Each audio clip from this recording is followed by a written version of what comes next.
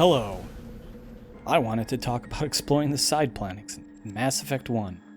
Recently, I started playing through the Mass Effect series basically for the first time. I played a little bit back in the day, I didn't play that much, and I definitely didn't play it all the way through. But one of the things I do remember was that Mass Effect had these side planets you could go exploring, and they were boring.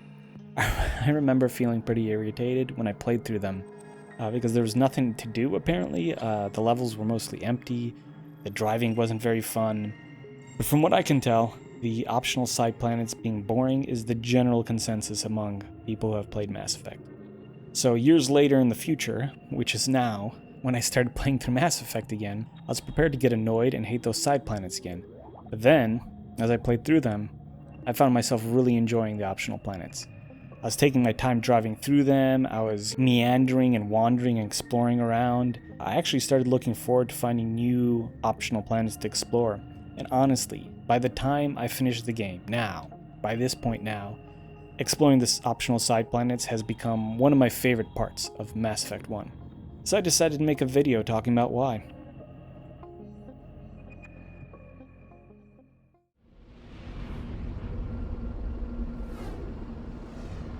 So why did I wind up enjoying the optional planets so much? The short answer I can give you is just the vibes. The optional planets really, to me, convey the feeling of being on an alien world that other people haven't really visited, or haven't visited much. There's this real sense of exploration when visiting the planets, and even the weird bumpy terrain gives me the impression of like off-roading, of going off the beaten path, going where few others have traveled. The optional planets really tap into my love of exploring strange alien worlds in video games. The main story missions in Mass Effect 1, they sort of appeal to more of a player fantasy revolving around action-packed adventure, gunfights, tense verbal standoffs with, various characters. But the optional planets give the player a different sort of fantasy. It's one about adventuring into the unknown, exploring the vast empty wilderness that you can find on the edges of colonized space. It's just you and the horizon. No clever quips, no intense drama. It's just you, the dirt, and the wind. And yes, there are some action set pieces, some action-heavy quests on the optional planets, but I'd say over 90% of your time is just engaging with the empty wilderness.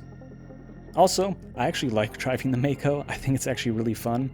It's sometimes clunky or weird in the way it handles. It's cumbersome sometimes, but all in all, it does a pretty good job of navigating the terrain that exists there. It'll bounce around and spin and roll over and everything, but it always seems to land on its feet, so to speak. And it does a remarkably good job at gripping to the sides of cliffs. In some ways, I'd say the Mako feels less like a car and more like a big metal insect scuttling across the planet's surface. And I know there are some differences in the legendary editions for the Mako. I've read that it handles a little bit better. Apparently its physics are a little heavier, so it doesn't bounce around as much. But the differences don't seem that big from the original. So I don't think my opinion would be significantly different if I was playing the original. The Legendary Editions also gave the Mako rear thrusters that give you a short speed boost, and it is helpful sometimes. But I honestly didn't use that much. I mostly enjoyed just driving through the terrain at a normal, steady speed. And for most of this footage I tried to avoid using the rear thrusters because they're kind of a distraction from the environment and the exploration.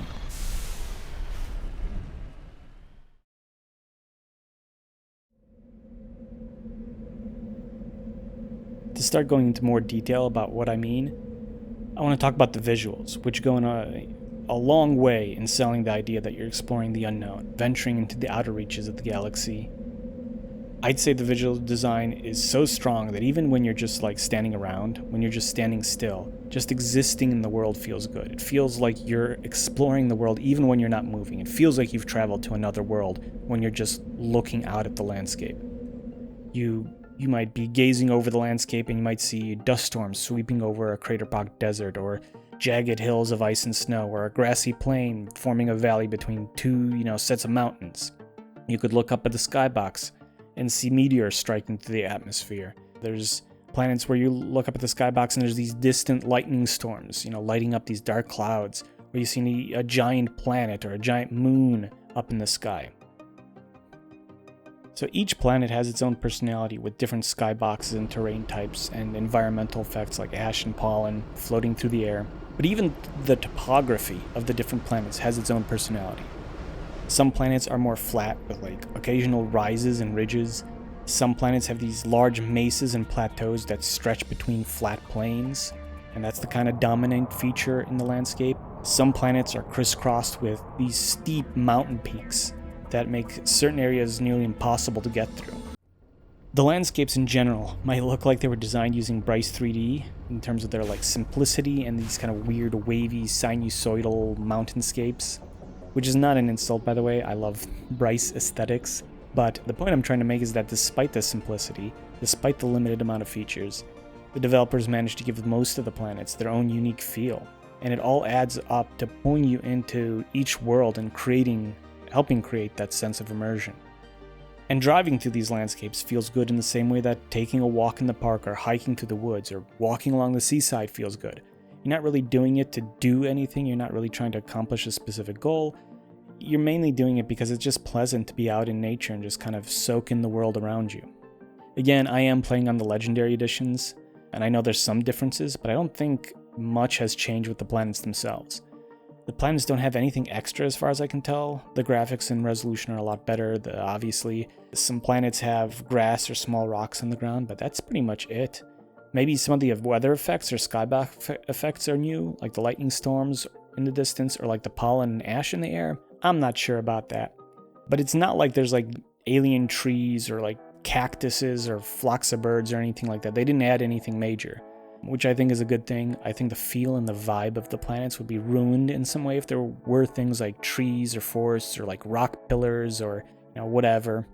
But regardless, I'm pretty sure that even if I played the original version right now, my thoughts and opinions in this video would still be pretty much the same. I think the legendary changes are pretty mild, and the experience seems mostly pretty authentic to the originals.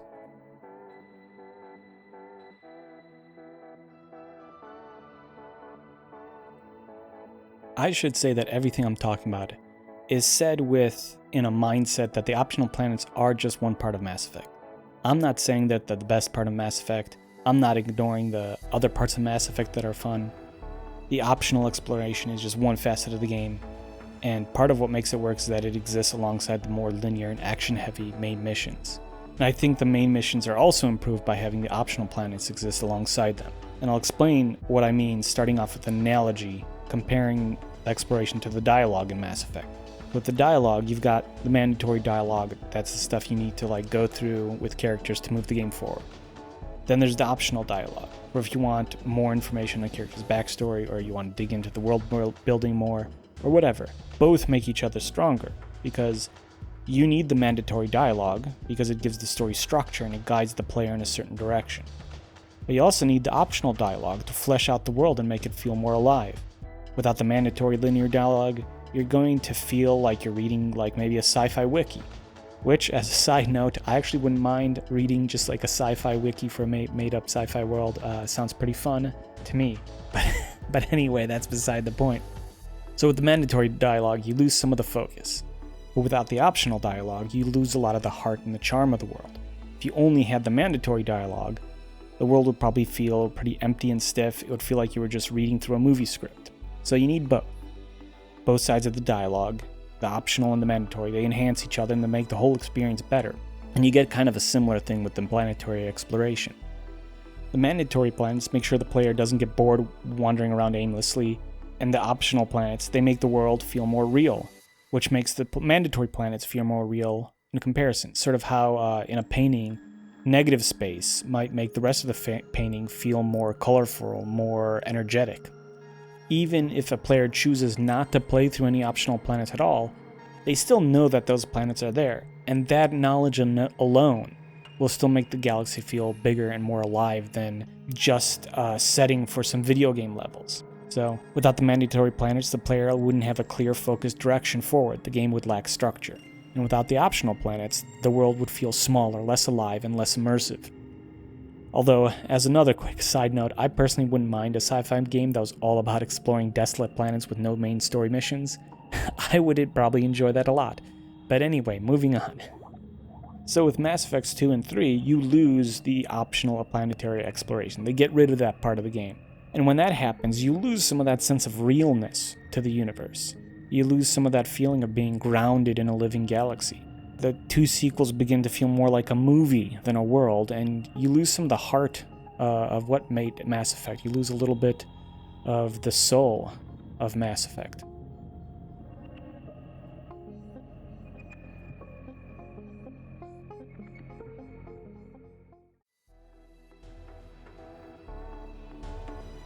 Another part of what I think really works with the optional planets is that they truly are an open world. Not in the modern sense, but more in like just genuinely you can drive anywhere you want in any direction. You're not guided or even really signposted, aside from a few instances.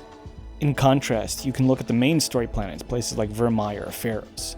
They look amazing. You can be driving through these bridges in between alien skyscrapers that are piercing above the clouds of this planet. Or you can be driving along the tropical beach with waves crashing against the shore and all these plants and ferns hanging off the cliff tops. The environment design is great. The skyboxes are really good. And the visuals all might be really good, but it's also really obvious that these planets are just video game levels. The visuals look like an alien planet, but you travel through the level like it's a linear corridor. Just go straight forward, killing whatever enemies you can. It sort of breaks the immersion, but I don't think it's too bad here because these levels are combat heavy, so the majority of the entertainment is coming from fighting, from the combat. But the linearity still takes away from some of the beauty of the world design because the world clearly exists to serve a mechanical gameplay purpose.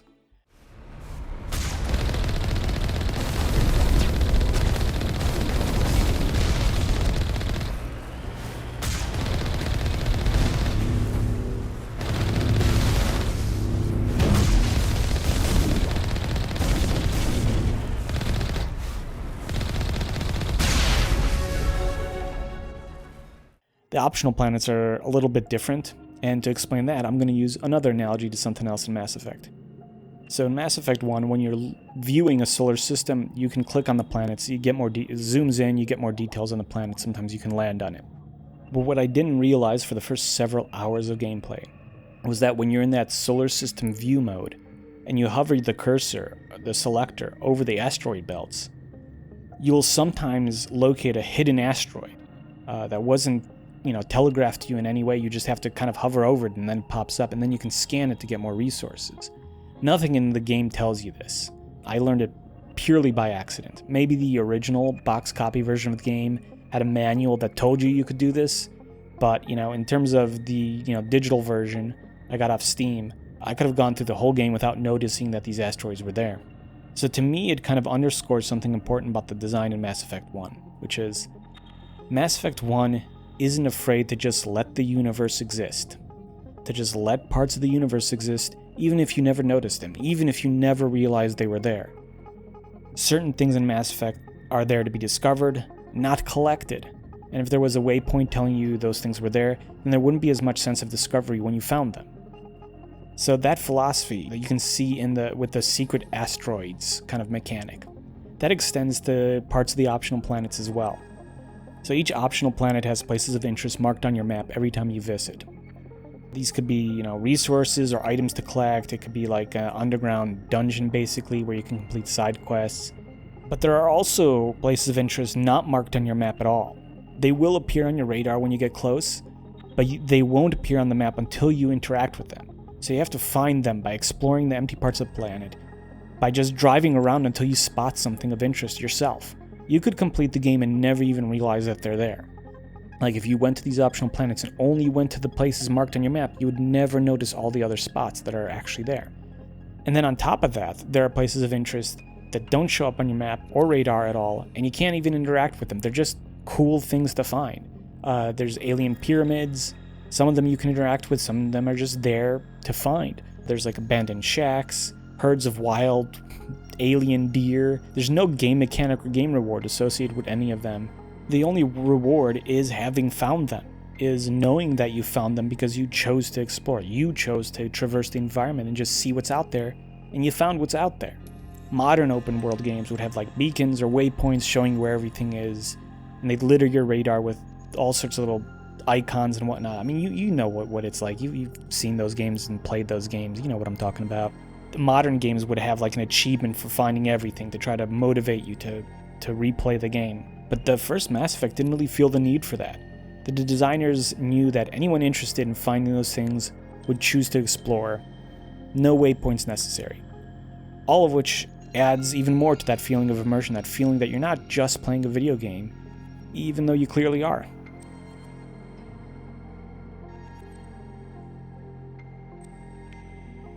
Which brings me to the terrain itself.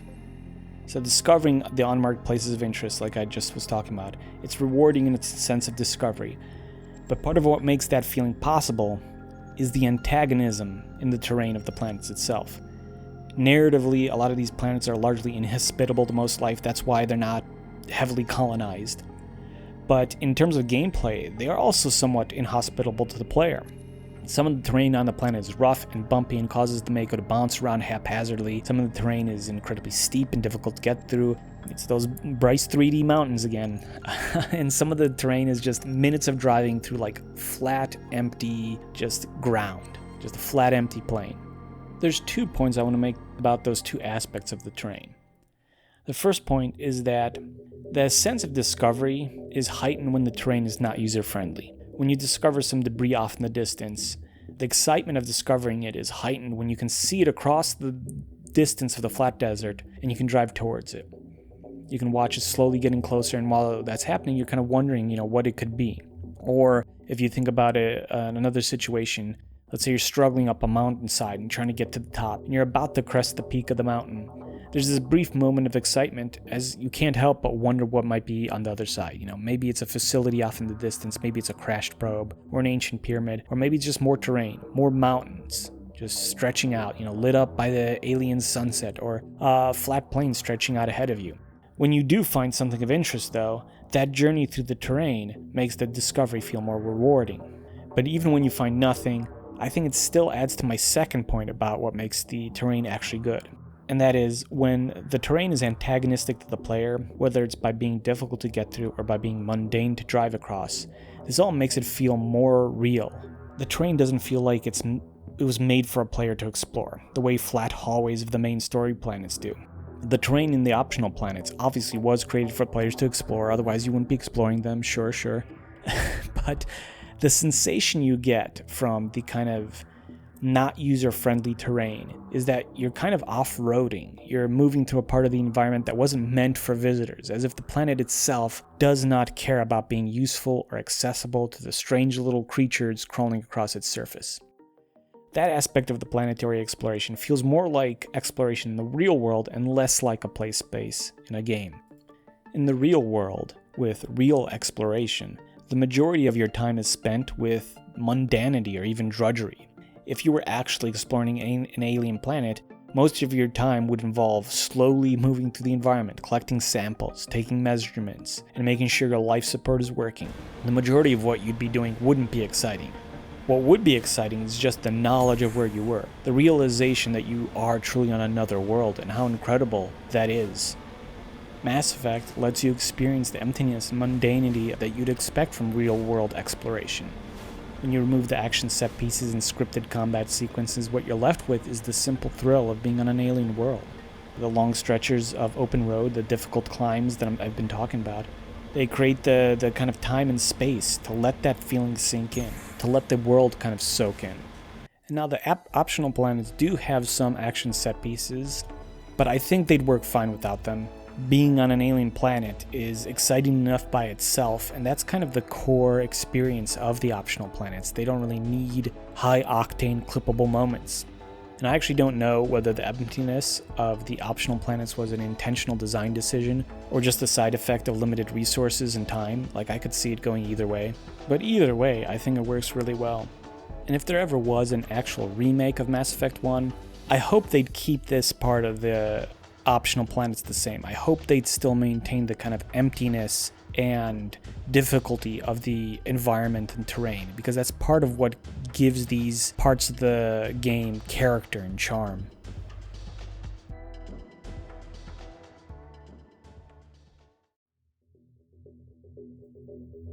The way the terrain interacts with the points of interest means that managing the terrain, managing how you navigate the terrain, is part of the gameplay of the optional planets. That's part of what you as a player are engaging with when you visit the optional planets. Because there is no linear path to follow, you have to create your own path. You have to carve it through the chaos and the mess of the wilderness. Your goal isn't a point of interest. Your goal is the method by which you reach it. And in this way, your goals are self-directed, and one of the rewards for accomplishing them is the knowledge that you did what you set out to do because you wanted to. For example, after a few hours of playing, when I'd visit an optional planet, I would start mentally drawing a path up the sides of cliffs and mountains. I'd be looking for the best route to take. And since grass and soil textures have the most grip, I would be looking for those, and I would mentally connect those patches of soil into a path up the side of a mountain. I was basically looking for the places with the best grip to form a route up the side. Sometimes it was simple and I could just follow this makeshift path up the side of the mountain. Other times it was a genuinely bit of struggle because as I was trying to get from one safe patch of soil to another, I really had to work hard to maximize every bit of momentum and velocity I could get out of the Mako. Another example, I would sometimes reach the top of a mountain, and because I didn't want to go back down, I would try to ride along the edge, ride along the ridge of the mountain, so I wouldn't lose my height.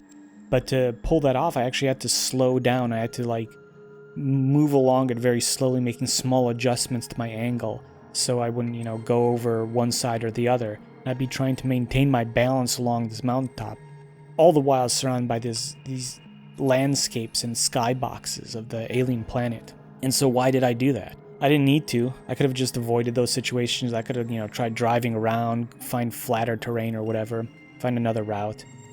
So why did I do it? Because it was fun. It was fun to set myself these goals. It was fun to figure out how to get to a difficult place even though there wasn't anything there. It was fun to get to the top of a mountain ridge and make sure that I could stay on top of it without falling down. Overcoming the challenge was its own fun.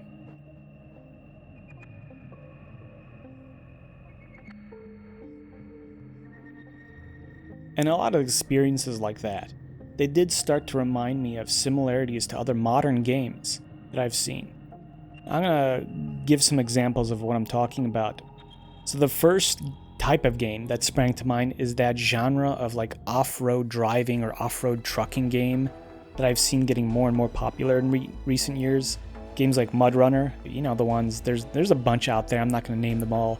But you've got a big honking truck and you're driving it through the big old wilderness. And you're going off-road and you're getting through muddy ditches and up slippery hillsides and all of that. I haven't played any of them, but from what I've seen in trailers, there seems to be a common element with Mass Effect in terms of exploring an environment that's not really catering to the ease of the player. Another game that sprang to mind was Getting Over It with Bennett Foddy. Again, haven't played it, but from what I've seen in playthroughs and streams and stuff, people get very, very focused on minute movements and carefully making the most out of the tiniest bit of friction they can get. And during some of the moments when I was going off-road and trying to get to tops of mountains in Mass Effect, I had kind of similar experiences where I was trying to maximize the tiniest bit of friction I could, and I was just very focused on tiny little movements as I was trying to get from, one place to another and then missing the mark and then sliding down. I spent 2-3 minutes getting to a spot and I make one mistake and I slide down and I lose that, 2-3 minutes. A lot of those moments kind of reminded me of what I've seen of Getting Over It. The next two games, I've had on my Steam wishlist for a long time. I just haven't played them because I'm trying to get through my gaming backlog because I've bought too many games during Steam sales, and I promised myself I would play a bunch of them before I buy any more. But these two games, they're called XO1 and Venonith. And both are kind of about exploring alien environments in kind of very different kind of contexts in different ways. XO1 is about exploring and traversing actual alien planets with some very simple movement mechanics that let you use the environment to maximize speed, momentum, and height. It seems like it's closer to something like maybe almost like a racing game almost than it does to Mass Effect's exploration. But there's definitely some overlap there in terms of trying to traverse difficult alien environments and maximize your mobility. So I did feel there was some overlap there. And the other game that's been on my wish list for a while now is called Venoneth, and it's a lot more abstract and surreal. You control a sphere or like a marble, and you kind of just navigate it through these abstract obstacle courses set among these surreal landscapes. But from what I've seen, it is another kind of game about carefully controlling your movement in a very focused and deliberate way. It just also has these very kind of alien and otherworldly landscapes and art and environmental design surrounding it. And that's the ones I can think of. Feel free to share any others that cross your mind.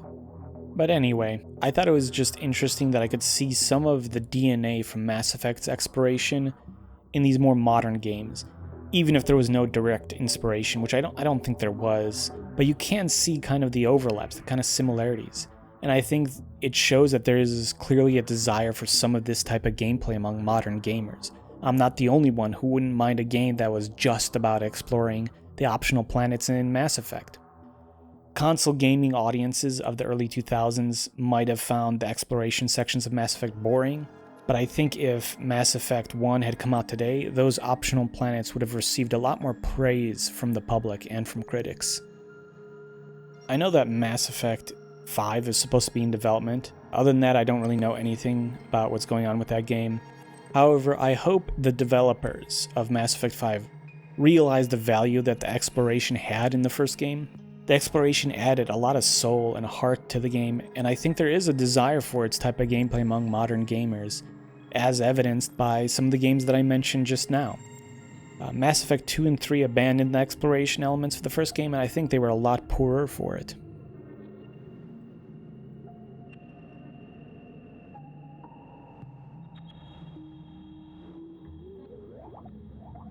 So those are my thoughts. I genuinely enjoyed exploring the optional side planets. I liked the way they looked, I liked the feel of being there, I liked the narrative atmosphere they set up.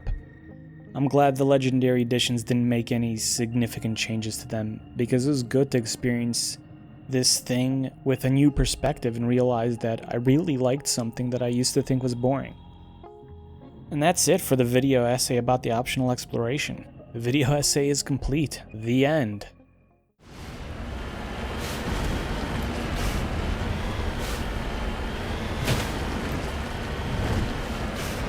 But I did have a few other thoughts that I didn't fit into this video essay itself, mainly about the other two games, and maybe I'll make a video on my thoughts for all three games sometimes, like do a deeper dive on the games as a whole. But considering I've already spent over 4,000 words and X amount of minutes talking about just the optional side planets in Mass Effect 1, I'm terrified at the thought of how long a video about all three games would take me. Still, in case I never get the chance to talk about all three later, I thought I'd slip in a couple afterwards at the end of the video with some miscellaneous thoughts.